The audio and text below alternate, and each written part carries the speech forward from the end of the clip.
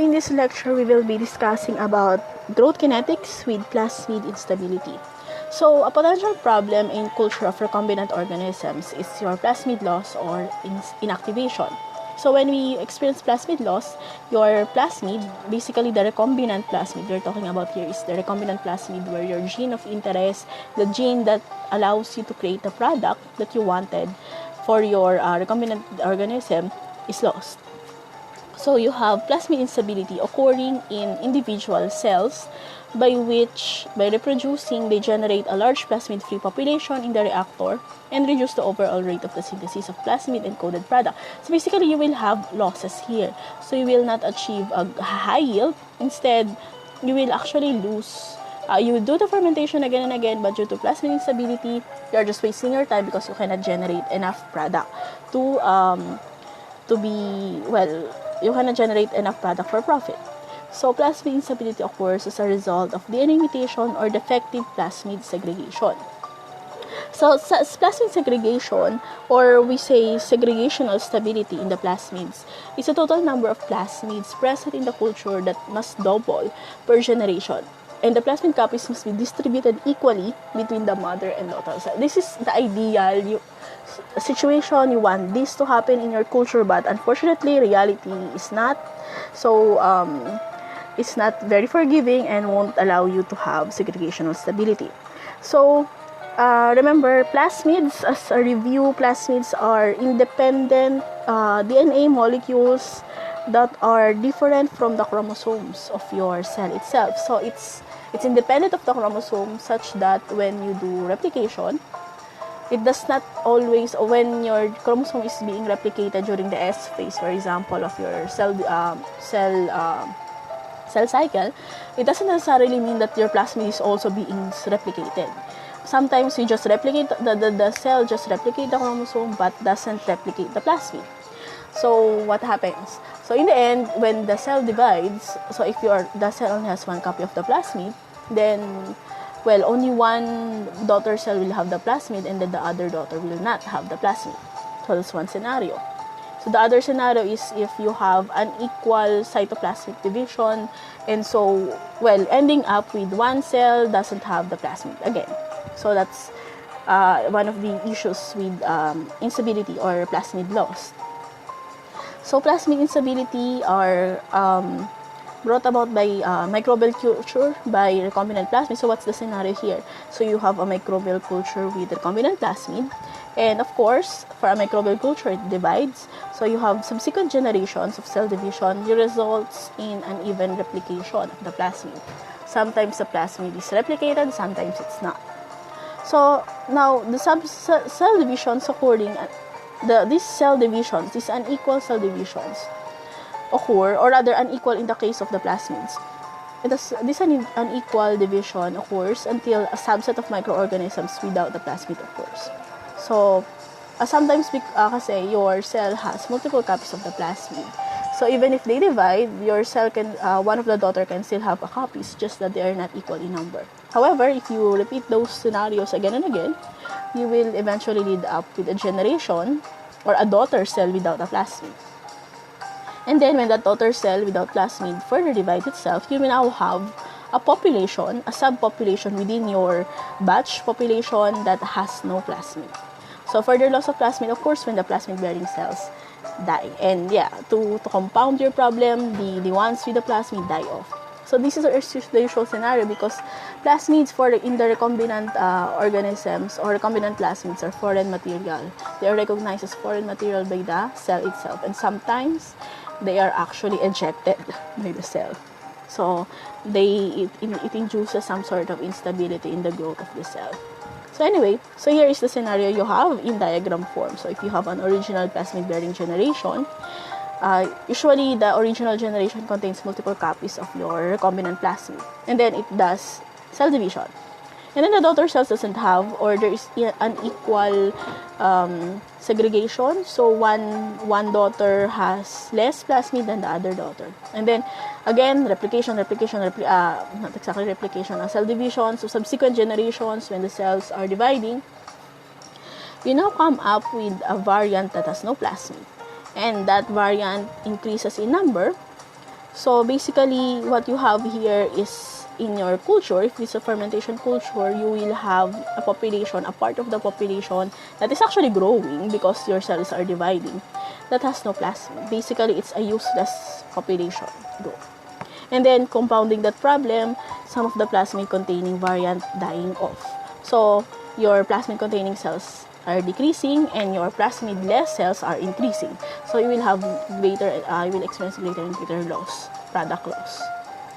So, you have a plasmid instability model to actually have this, or rather predict when should we stop or how do we deal with this problem. So, we generate a simple model for batch culture to describe changes in the fraction of plasmid-bearing cells as a function of time. So, the important parameters in this model are the probability of plasmid loss per generation of cells, the difference in growth rate between plasmid-bearing and plasmid-free cells. So, in here, we are assuming exponential growth. So, remember, we have several models to describe population growth in microbial batch culture. So, one of them is exponential growth, the other is logistic. But in this instability model, we are applying exponential growth for the host cell. So, we have given X plus, the concentration of the plasmid-carrying cells, and X minus, the concentration of the rapid-free cells. And the rate at which each of the population, the subsets of the population grows, are given by the two equations shown here. Whereas we have R, X plus is the rate of growth of your plasmid-bearing population, and your Rx minus is the rate of growth of the plasmid-free population. Now we have your variable P. So what is a variable P? So that variable P is the probability of plasmid loss per cell division. And our P is less than or equal to 1. So in here, the rate at which your plasmid-bearing population is growing is equal to, of course, 1 minus the probability of the loss of plasmid. So that's 1 minus P. Because P is, again, the loss of the plasmid. And here we are getting the rate of the one that still has the plasmid. So it's 1 minus P.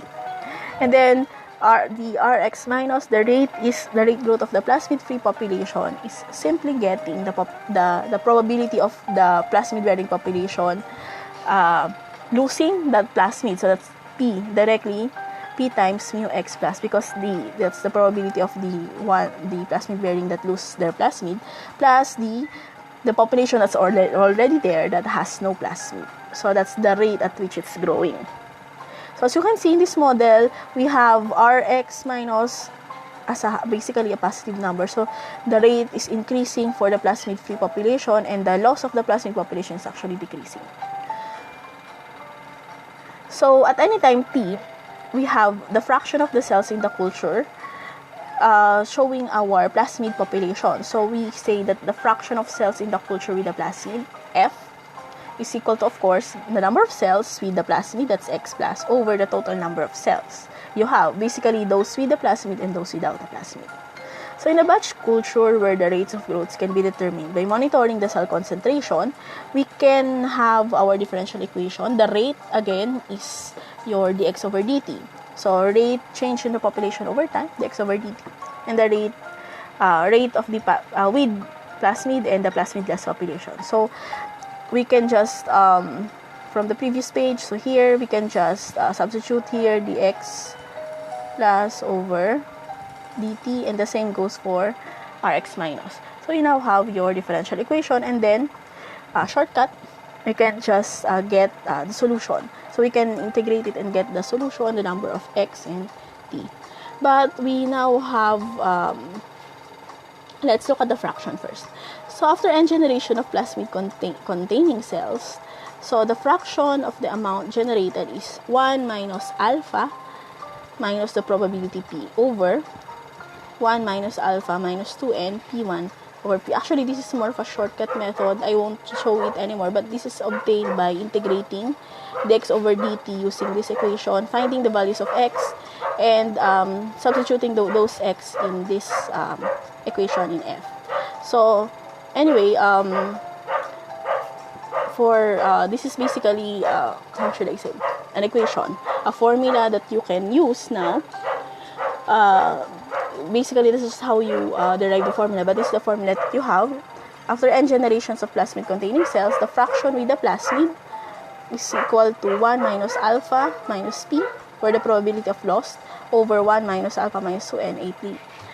Alpha plus p minus 1 times your p, where alpha is the specific growth rate of the plasmid-less population over the population with the plasmid, and our n here is, our n is mu t over ln of 2.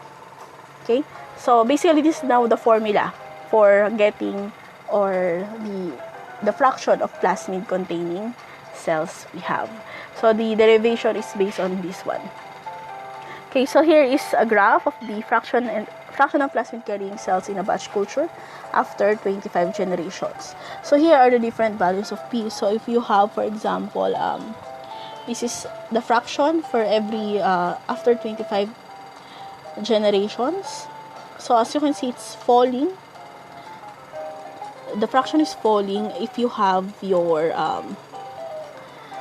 the probability. So it falls faster if you have a higher probability of plasmid loss. So as you can see here, it falls faster. So this is the one on the leftmost graph. That's the one with the highest probability of loss. And well, if the plasmid is sticking to the population, so it won't be lost as easily. Okay, so that's basically your plasmid instability model. So let's apply this on a specific example.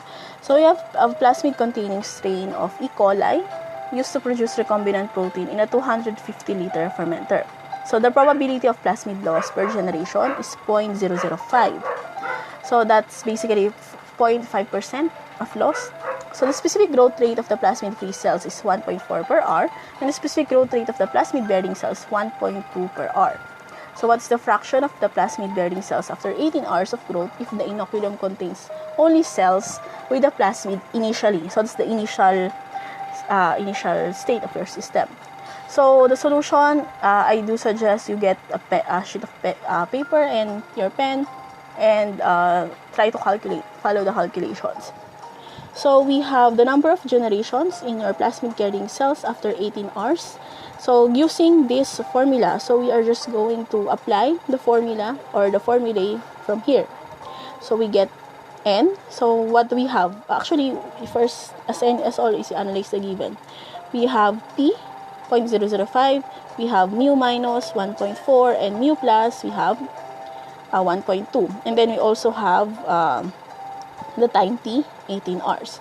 So from this equation, we have mu plus, mu minus, and the time t. We also have t. So we just directly substitute those things.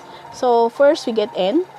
N is mu plus times t over ln of 2. So you just directly substitute it. You get n is 31. And we calculate for parameter alpha. Parameter alpha is 1.4. Mu minus is 1.4. Mu plus is 1.2. This is equal to 1.17. And then plug it into the fraction, this equation. So the equation from before, our model. So plug it in, you will get a value of 0.45. So after 18 hours, only 45% of the cells now contains the plasmid. So that means it's less than half. So within less than a day, your recombinant cells are only 45% now of the total number of cells. So that means you've lost your plasmid. Quite a bit. And that's only at a probability of 0.5% loss. So anyway, that is your plasmid instability model. Okay, so it's the derivation might take some work, but if we just usually just apply the derived equation this derived equation for plasmid instability model. Okay, so that's it.